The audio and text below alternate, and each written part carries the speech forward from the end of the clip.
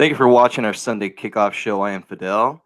Alongside with me is Sania, Kendall, Coach Hugh Jackson, and Walter and Jerry. How are you guys doing?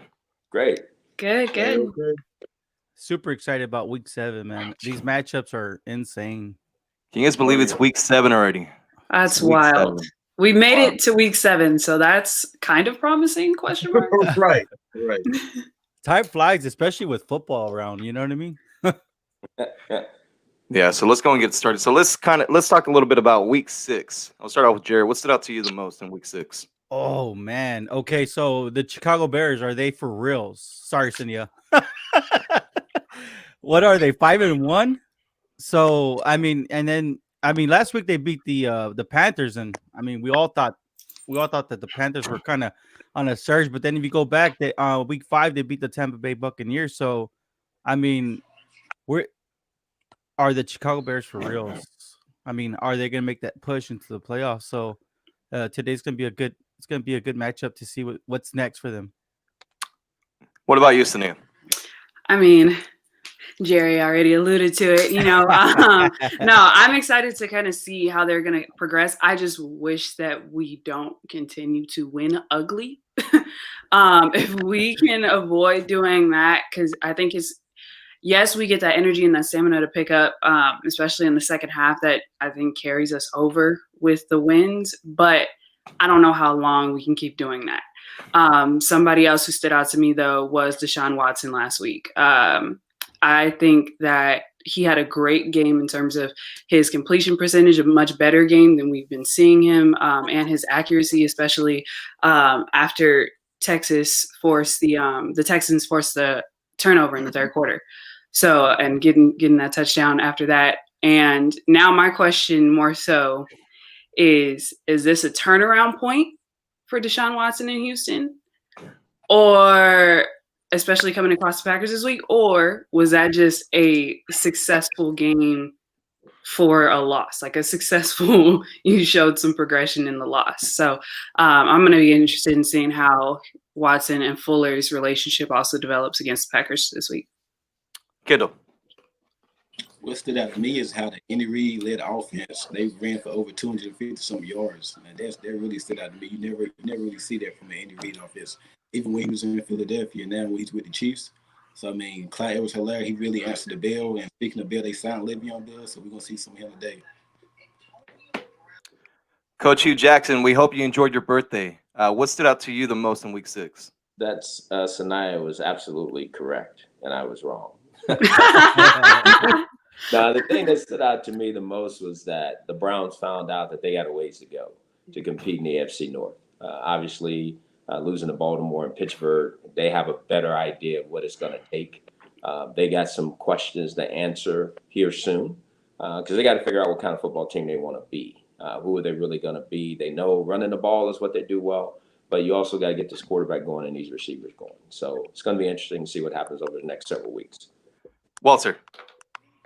For me, that Bears win against Carolina last week turned out to be huge. You pair that with Green Bay laying the egg in Tampa Bay, so now you've got the Bears solely in first place. Also, the Tennessee Titans are for real. Whether people want to admit it or not, they're one of the 5 best teams in football. They've been that way since Tannehill got there, and this season, he's completing 70% of his passes. He got 13 touchdowns, 2 picks, and he's only been sacked 5 times. So Tennessee's legit. They can throw the ball. They can run the ball. They got guys on the outside who can make plays. Corey Davis is playing better. And Vrabel and his attitude and his whole demeanor has rubbed off on that team and that organization. So they're going to be a team to deal with down the stretch. Yeah, I 100% agree with you about the Tennessee Titans. They are for real.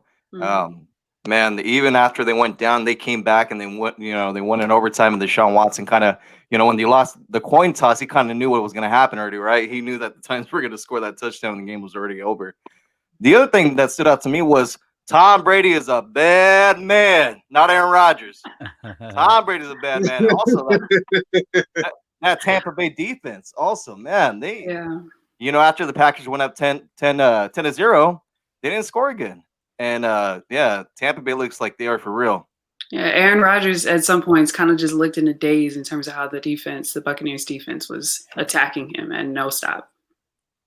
Yes, but Sania, if you can just give us some updates on injuries, COVID. Of course, earlier we saw another team was impacted by the disease this week. If you can just give us an update on that. Yeah, for sure. Well, first, in terms of injuries, it's been a hard week for cornerbacks. Cornerbacks across the league are seeing it hard in terms of injuries, but the NFL did just release a new COVID memo on Friday. And so I'll get a little bit into what teams are more impacted, but that memo lets clubs know that if there are any players that are designated as high risk or close in contact with those who are on COVID list or reserve, that they are also meant to they're not seeing a playing of the field for that week. They have to be away for at least 5 days until they've passed some negative testing as well. So that is we continue to see the NFL cracking down on making sure people who are testing positive or who are in contact with people who are testing positive are not continuing to, influence or unfortunately have other teammates, test positive as well. So getting back into these injuries, though, for the Lions and the Falcons game, we have cornerback Desmond Trufant is out for Cincinnati and Cleveland. We're not going to see tight end Austin Hooper. We're not going to see linebacker Jacob Phillips or guard Wyatt Teller. And then for the Bengals, running back Joe Mixon out. Cornerback William Jackson out. For the Bills and the Jets, the Bills are one of those teams that had 4 tight ends who are now on the COVID list. And that's because Dawson Noe also tested positive, and the other 3 tight ends were for contact tracing. So just to make sure for safety protocol, all those players will be out as well. For the Bills, it's a question mark if we're going to see Tre'Davious White for his back. That's still a big question mark, as well as cornerback Cam Lewis and linebacker Matt Milano. But a definite out is going to be Josh Norman and offensive tackle Cody Ford. Now for the Jets, it's looking a little doubtful to see guard Alex Lewis and wide receiver Jamison Crowder. We'll have to see what that looks like, but they moved more to doubtful instead of questionable. Now for the Packers and the Texans, there's doubt that we'll see safety Darnell Savage, but who is out is defensive tackle Tyler Lancaster, offensive tackle David Bakhtiari, and for the Texans, it's questionable if we'll see Jordan Atkins or PJ Hall. Those are big questions, especially for Texas. So let's go to the Cowboys versus Washington. For Dallas, guard Zach Martin is out. Washington, wide receiver Isaiah Wright and defensive end James Smith-Williams, both out. On injury reserve, we have Antonio Gandy Golden. He is also on injury reserve, and Sadiq Charles is too. And Sadiq Charles, I think they were hoping to see some performance from him for the rookie from LSU. But the Panthers and the Saints, there's questionable for another cornerback, Dante Jackson. Wide receiver Curtis Samuel is also on that big question mark. And definite outs for the Saints, though, are center Nick Easton and Michael Thomas. Now, there were some rumors circulating around if the Saints are looking to possibly part ways with Thomas, but we'll kind of see how that goes. We'll see how that goes. Emmanuel Sanders, though, is out after testing positive for COVID. And then moving forward for the Buccaneers and the Raiders, 4 linemen are taken off. Oh, actually, I'm sorry. No, congratulations, because 4 linemen are taken off the COVID list. So that's good. And this is after following Trent Brown, who we still won't see on the field, though. But cornerback Nixon and wide receiver Brian Edwards are both out, though. Yep. Mm-hmm. And so for the Steelers and the Titans, we're not going to see cornerback Adoree Jackson. They did activate, though, defensive back Dane Cruikshank from injury reserve, hopefully to combat that missing for Jackson. But for the Kansas City Chiefs, we won't see they've been cleared for out. We won't see Sammy Watkins. We won't see Mitchell Schwartz. We won't see Taco Charleston. And we are on injury reserve is Alex Okford. And for Denver, we won't see Deontay Spencer, and we won't see Jeremiah Taushu. And then last ones that kind of stuck out to me for sure for the Cardinals and the Seahawks matchup, we won't see Jamal Adams. And for the Cardinals, we won't see linebacker Marcus Golden. And it's a question mark on whether or not DeAndre Hopkins will return. He's expected to return, but we have to see what his ankle's looking like. So those are your injury updates, your COVID updates, guys. So do with those as you will.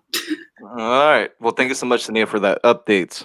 Yeah. All right. Let's talk about Le'Veon Bell and Antonio Brown, which he's going to officially sign his contract tomorrow that has a max worth of $2.5 million. Who do you guys feel is going to have a bigger impact on their team? Start off with Jerry. Man, I think they're both going to make great impacts. I think, though, I'm going to give it to Antonio Brown. It just seems that Tom Brady forever was trying to construct his team. He made it a point to bring on Rob Gronkowski and Antonio Brown. And we saw immediately what Tom Brady did when he had Antonio Brown with the Patriots. So I think that, the one that's going to make an immediate impact, it's going to be Antonio Brown. And, I mean, with all jokes aside, I mean, I think that for the most part, we've seen him out of the news, right, out of the headlines. So I'm really looking forward to seeing Antonio Brown play again. And man, I feel bad for Eric Bieniemy. I mean, so many weapons, right? Especially with Le'Veon Bell, but I'm pretty sure he's going to make a great impact for them as well. Sunil. I agree with Jerry in terms of who's going to be more impactful. I would say Antonio Brown, just because I think the Bucs can benefit in the receiver position that way more than the Chiefs feel like they got to lean on Bell for the run game. But also, I just think that, well, one, I think we're going to see Bell's work sooner than we're going to see Brown. That being especially after Brown, who would have an 8-game suspension and wouldn't be eligible until week 9, I think. So after that, but I know that Brown is probably looking forward to reuniting with Brady. So seeing how that goes, but I think he'll be more impactful in the long run. Kendall.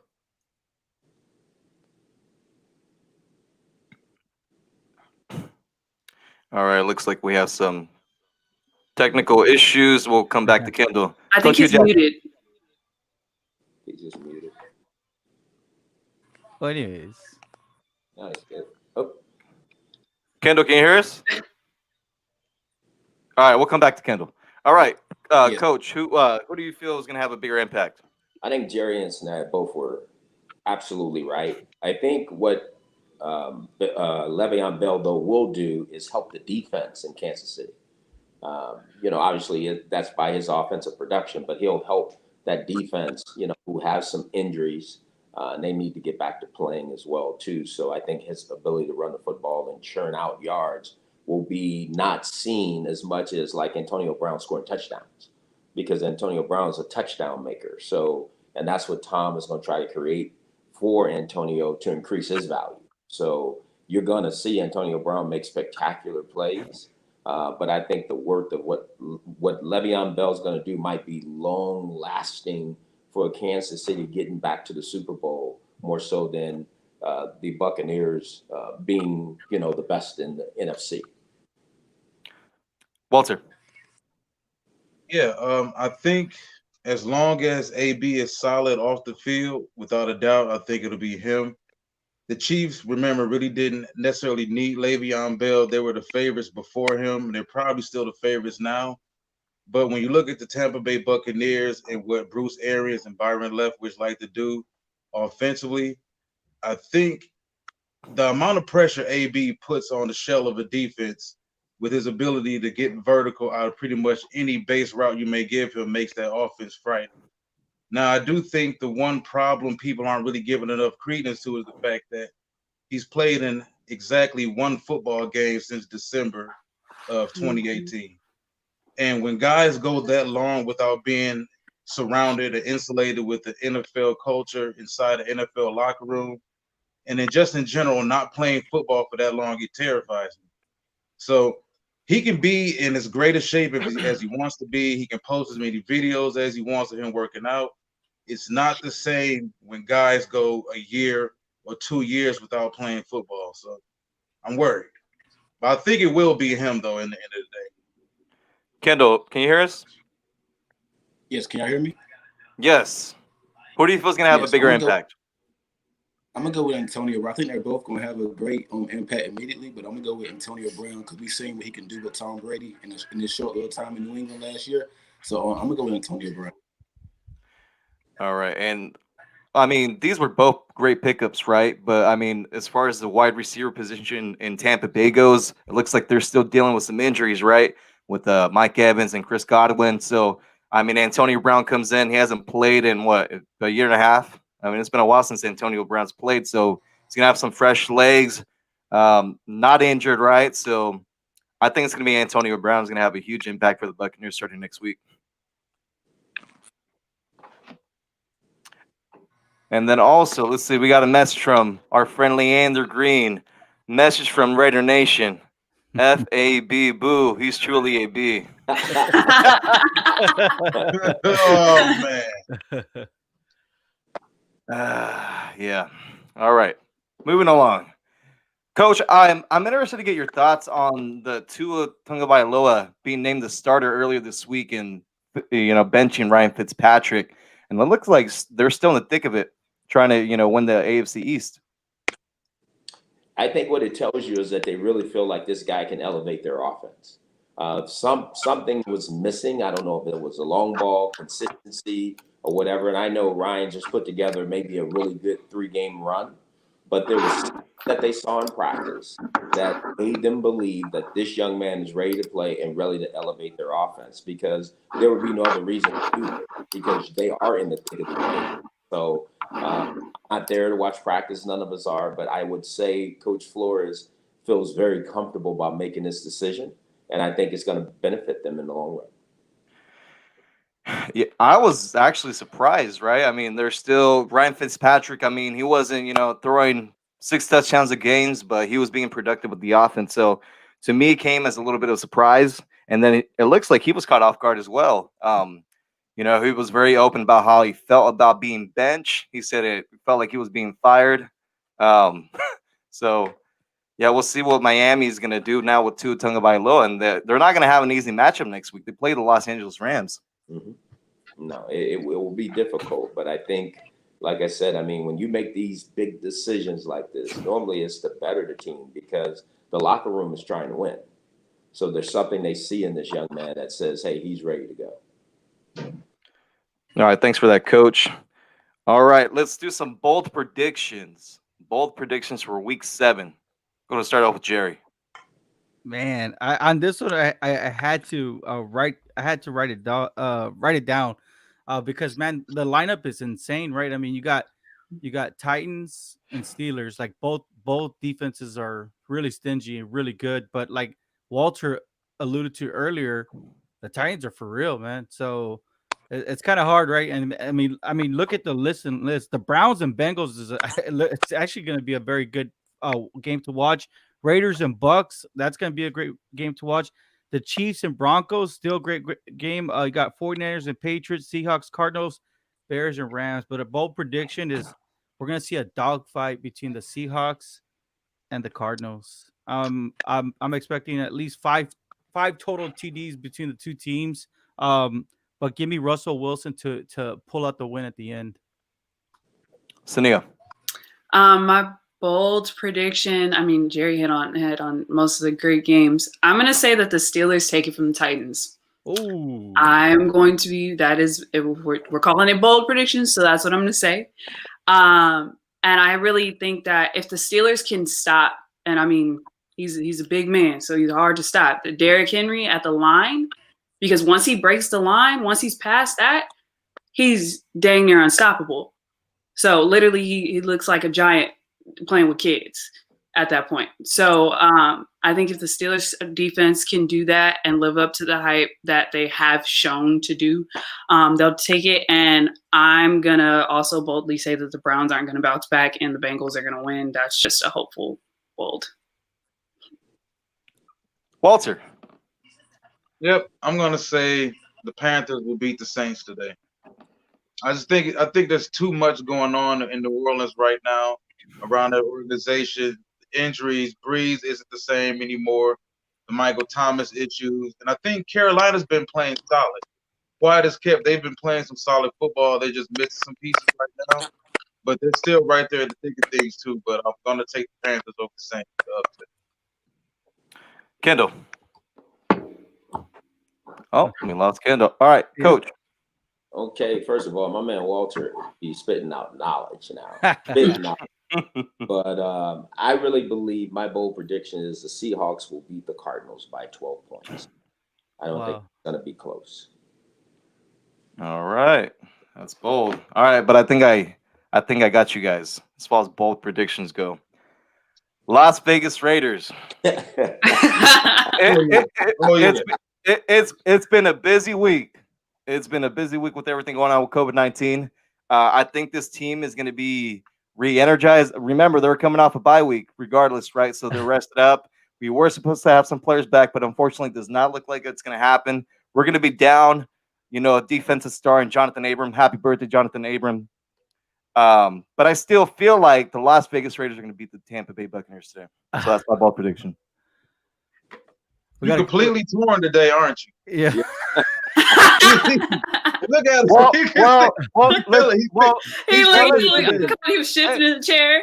Hey, but hold on. Last week you said that Green Bay was going to destroy Tampa Bay, and I said no. I said Tampa Bay was going to win. I was right. You're right. You said Kansas City was going to beat the Raiders. They're going to beat the brakes off the Raiders. That ain't happening either. So hey, I'm 2-0 against you. Prove it. Let's make it 3-0. You got a question, Coach? Who wins? Bengals, Browns? Who wins? Oh, wow. The Bengals-Browns game is a pivotal game for the Browns because they need to stay in the thick of things with Pittsburgh and Baltimore. How are they going to come off last week's loss?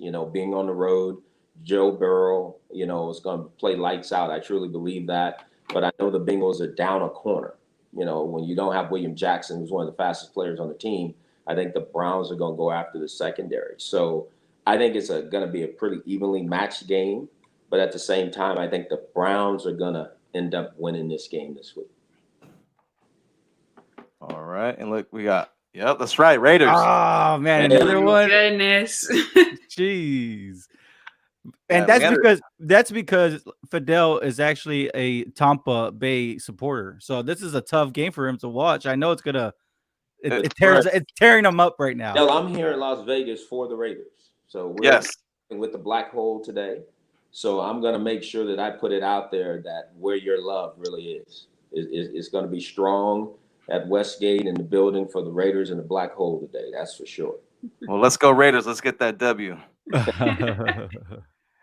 All right. So as the trade line looms, which is actually Tuesday, November 3rd, who's going to be a buyer and who's going to be a seller before the trade deadline? I'll start off with Jerry. Man, I think that right now this is the time that the Houston Texans, I mean, I know they've been depleted of stars, but I expect at least one of their top wide receivers, if not Will Fuller, to be moved to acquire draft capital. I mean, they need it too. I mean, I'm sorry, Bill O'Brien kind of gut them from the next couple of years of their high draft picks, and they're strapped for cash. So what's the most that you'll get out of Will Fuller if you can't sign him and he goes in free agency? A 3rd round pick. I mean, maybe somebody will give you a second. I don't know. Just talking numbers here. So I think Houston Texans, I think that they're going to start moving some parts. The Vikings, there's been heavy speculation of the Vikings moving some people around. Man, I don't know. From what Steve Weich told us is they're expecting a high traffic type of trade, especially towards the trade deadline. So we'll see, man. Some exciting times. Sania. Yeah, definitely. I agree with Jerry in terms of seeing what the Texans do. I think that they also could be could be giving up Kenny Stills. I think it's very possible. I think even the Patriots may be looking into picking him up. And I think another buyer Cincinnati may be selling some of the offense or some of the options on defense as well. And Seattle may be picking up Carlos Dunlap, maybe. So, Walter. Yep. I think as far as here in Detroit, the Lions are caught up in a rough situation right now because the writing's pretty much on the wall that they're not going to rebuild with a top 5 paid wide receiver. He's pretty much already sent out the tweets last week letting everybody know here in Detroit that it's going to cost Detroit in order to keep him. So, but they're calling it a rough situation because the GM and Bob Quinn, there's a good chance that he won't be back next season. So do you trust that type of critical situation in the hands of a guy who probably won't be there? So, but they in general have to move him. They can't just let him walk out the door. Now, as far as buyers, I think the Seattle Seahawks, they're buyers because they're 5-0 and they have the best quarterback in football.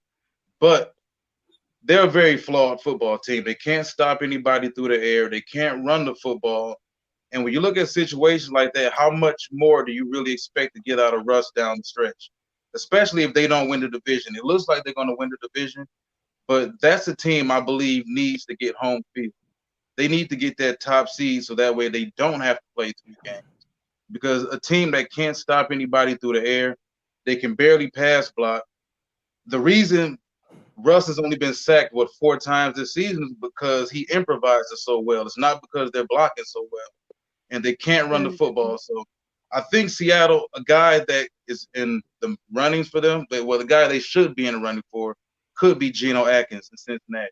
Now, it's been rumored that he wants out. He's not happy with his role in the system right now. So he's a guy that I've heard they're definitely shopping around. Coach Jackson. Yeah, I think everybody has some great points, but I think the teams that's going to be the biggest buyers are the teams that have a chance to really make a jump. Whether they're going to be playoff ready or championship ready. So as Walter just mentioned, Baltimore. I think Baltimore is going to find a way to do something. Okay. And I think the Seahawks, that's who Walter just mentioned, they have to do something because they have to improve their team to give Russell Wilson that chance to lead them to the Super Bowl. And then I think the Colts. I think the Colts will be the other team. They need something to improve their team. Those are the 3 teams that I think that are looking at this deadline and saying we need to improve offensively, defensively, or special teams wise to make that next jump to be considered one of the teams to win the championship. Man, as far as who I see being traded possibly, and of course we have to bring up the Yannick Ngakoue was traded from the Minnesota Vikings to the Baltimore Ravens, and he's reunited now with Calais Campbell, and they were both on that defense that went to the AFC Championship game against the New England Patriots. AJ Green, I think something might happen there in Cincinnati. Not too sure what they want for him, but I feel he's on his way out. I'm not saying this is going to happen, but I feel the Saints are going to take calls if someone calls about Michael Thomas and ask, hey, what's it going to take? Not saying it's going to happen, but again, that might be something that teams might be interested in. Hey, let's just give them a call and see what they say, right? So Matt Ryan and Julio Jones are not going to get traded. Reports came out earlier today saying that the Falcons are not looking to trade them. So that's who I have. And Fidel, you're right. Everybody's going to get calls. I mean, for their top players and the players who are are up in age and years. Everybody does, but you just nailed it. The teams like the Matt Ryans and Julio Joneses, they're not going anywhere. I would be surprised if the Saints moved on from Michael Thomas because he's been one of the reasons why they haven't been winning. They need him back on the field with Drew Brees. So that would be very interesting. And it'd be something that I don't think Drew Brees would be excited about. So it's just going to be interesting because I think this is a weird season with the pandemic, just how some things are going to unfold at the trade deadline. Yeah, and then he is going to be out today as well with I believe it's a high ankle injury. Yep. So see how the Saints fare against the Carolina Panthers. All right, lock to win. Start out with Jerry. Man, this was easy, right? The Bills. No. All right, look. Play Give the me the- Jets, right? Yeah, because they play the Jets. But no, I'm gonna go bold. I'm gonna be fearless, and I'm gonna say the Bears over the Rams.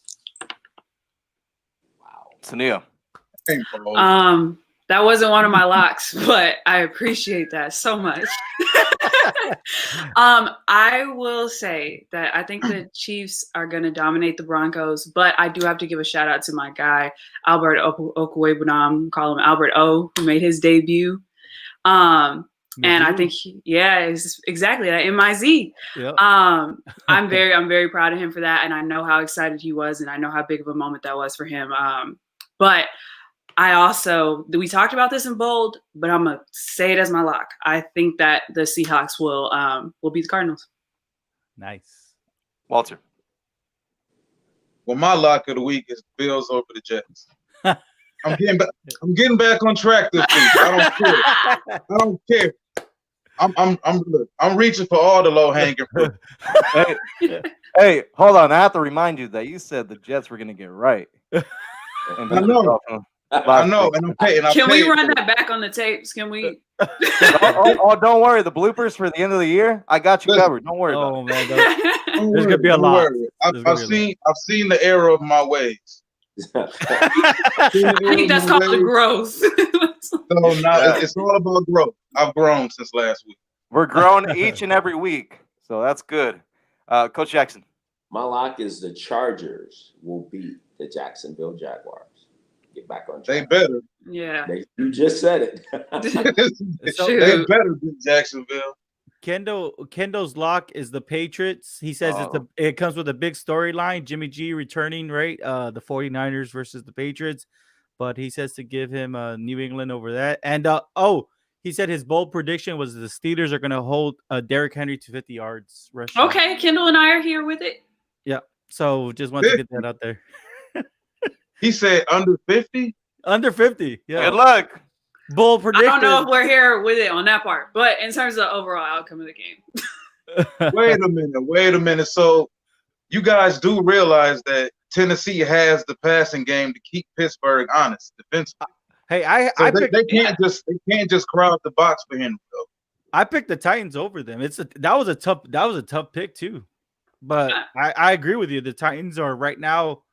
I mean, even I like how all social media tries to make a story, right? I think they put it out there, right? I think Twitter was one of them where they said that the coach, right, Mike Vrabel, he was using the rule book against the system. That's how they were able to pull out that win, right? So he intentionally put out 12 men on the field to take that 5-yard the 5-yard penalty for too many men. Yes. And he knew that it would stop the clock, saving him the timeouts and etc. I was like, hold on a minute. Is he using the actual playbook?